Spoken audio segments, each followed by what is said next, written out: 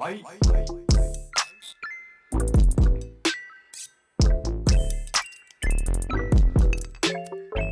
would you say to someone who struggles with fear in their own art?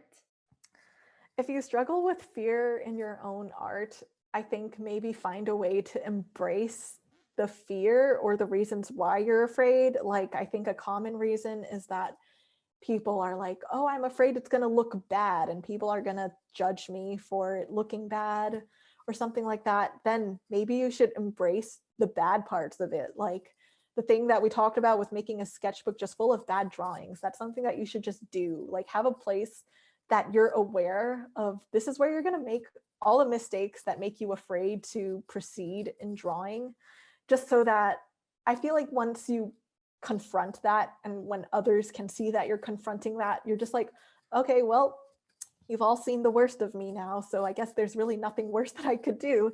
Because if I just show a sketchbook full of really scribbly thumbnails and doodles that are not as pretty and clear as my other drawings, it's just like, well, that's as bad it's going to get. So I guess I shouldn't, like, you kind of overcame that fear to some degree because you've shown it to everyone, you showed it to yourself, you made a whole sketchbook just about your bad drawings. Okay, now we're all over it. Now what? Yeah, that's awesome. Also, like making bad art is sometimes just really fun to do. Yeah, exactly. Bad art normally feels better than making pretty art anyway. And the thing is that honestly, all artists will be able to relate to it too. So it's just like, why don't be afraid of something that everybody else experiences? Like everyone feels bad about their art at some point. Everyone else makes bad drawings at some point too. So if you like, there should be no fear in you making bad art or being afraid of making art because you're going through what everybody else is going through. Yeah, for sure. What is a common myth that young artists usually have about the animation industry? I think a myth that people have is kind of just how maybe that this is just going to be a fun place to be in and that's just it. Like, I think when I first started entering the industry, I also had the misconception of, oh, my job is just going to be fun. It's just going to be rainbows and sunshine all the time when I enter and just I'm just going to have fun because I love drawing, right? So I should never be annoyed or upset at any point. But no, it actually does matter because even if you love drawing and if you love art and if you think that if you have a job that involves drawing, that's not always the case. Some people enter like graphic design thinking that, oh, because I love drawing and design, that means I'll love graphic design. But maybe sometimes the way the industry works or the actual medium of graphic design is not really your passion because maybe you want to tell stories. Maybe you actually want to have a character and dig into their psychology or something like that, that maybe that's interesting to you. So I feel like when people become a storyboard artist, they think like, oh, I'm going to love it because I love storyboarding. But what if the story is something that you're not interested in and you think the characters are dumb and you think that the storyline doesn't make sense and it's not something that you agree with? That kind of plays a huge factor in it because there are some projects that I've been on in which the topic of it is something that I totally did not relate to. I found no interest in some of the stories or the characters, but I still had to just pull myself through drawing everything anyway. So I think that's something that you should take into consideration is before you accept a job, like make sure like this is a job that you will actually like drawing the things of, or the type of story is something that you yourself would even want to tell. Because if you make a portfolio, try to do your best to make sure that the content within the portfolio is stuff that you would actually be interested in working on in a potential job. Because don't just make work to impress people, but it's stuff that you hate drawing. Like if you hate drawing dinosaurs, but you make a portfolio about dinosaurs just to impress people, but then you get sucked onto a show about drawing dinosaurs, you're going to hate your job like to some degree because you might love drawing, but then if that like drawing is so much energy taken away from you. You have to be physically present and actually drawing it. So imagine it being something that you don't like. So just be mindful of that before making a portfolio or accepting any job offers. Yeah, that's so true. What do you wish you were taught about the industry or like working or now leading people? I think knowing the pipeline is super important because now, as an assistant director, well, I have to also assist the director that I am also working under, but also helping like the board artists that I'm trying to guide. So it's like you have two people that you're kind of like trying to help and please. So I think you have to understand the pipeline in a way where you know what the workflow is, because this isn't something that they normally teach you in school.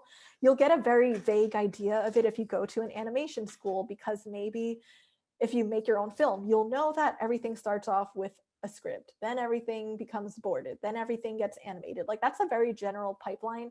But in terms of just like knowing like, oh, we're in the phase of revisions or something like that, that's something that you don't really get to experience until you're in the industry itself. So knowing that this is the stage of the workflow we're in the part where we're doing revisions, which means that we're not brainstorming anything anymore because we have a schedule that we must abide to. Because when you're on a show, every show has their own deadline of when they need to be done with the whole show and ship it to the studio that they're doing this for.